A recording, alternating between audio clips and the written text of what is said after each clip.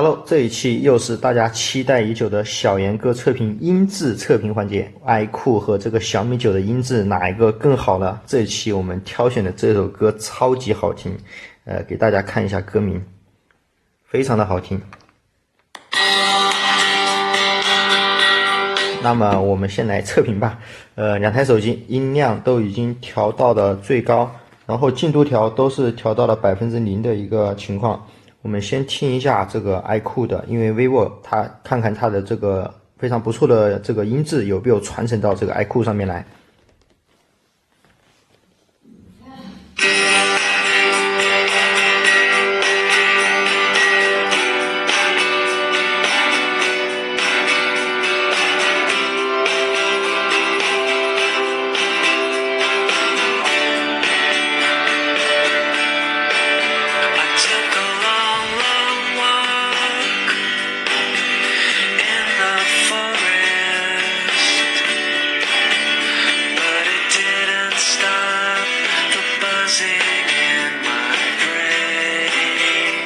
再听一下小米9的。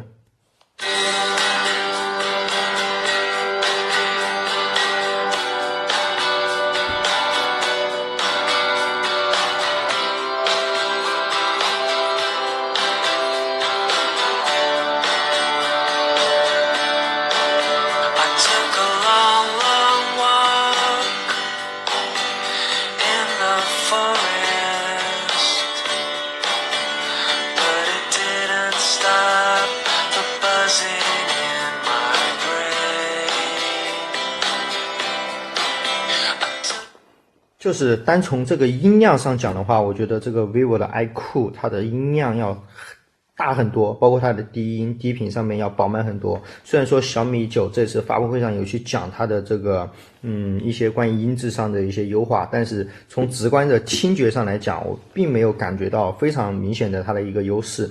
然后这两部手机我要讲到，它们作为一个还比较注重游戏性能的一个手机，它居然没有采用双扬声器。可以给大家验证一下。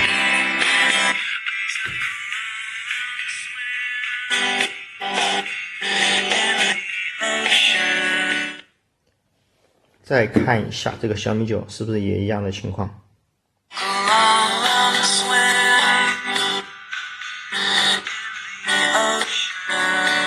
所以说你在用这样的手机玩游戏，如果你这个地方的肉在这样握持的时候去打游戏，你的声音基本上你是听不到的，特别在玩吃鸡战场、吃鸡类的游戏的时候，你的声音是没法做到一个环绕立体声，你也很难去做一个听声辨位的一个操作。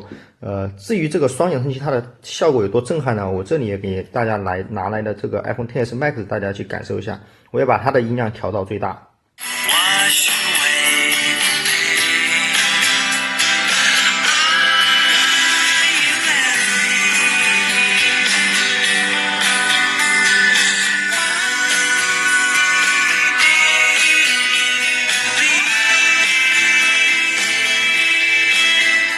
是不是感觉它的音量和各方面的音色要饱满很多？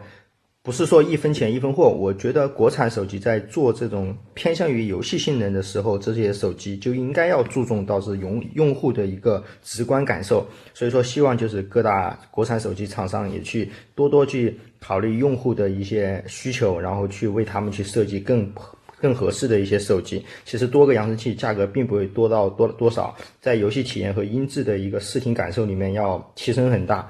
好了，这一期节目就到这里，你们觉得这两部手机还有包括苹果这台手机音色你们觉得谁更好？或者你觉得双扬声有没有必要？欢迎给我留言，我们下期再见，拜拜。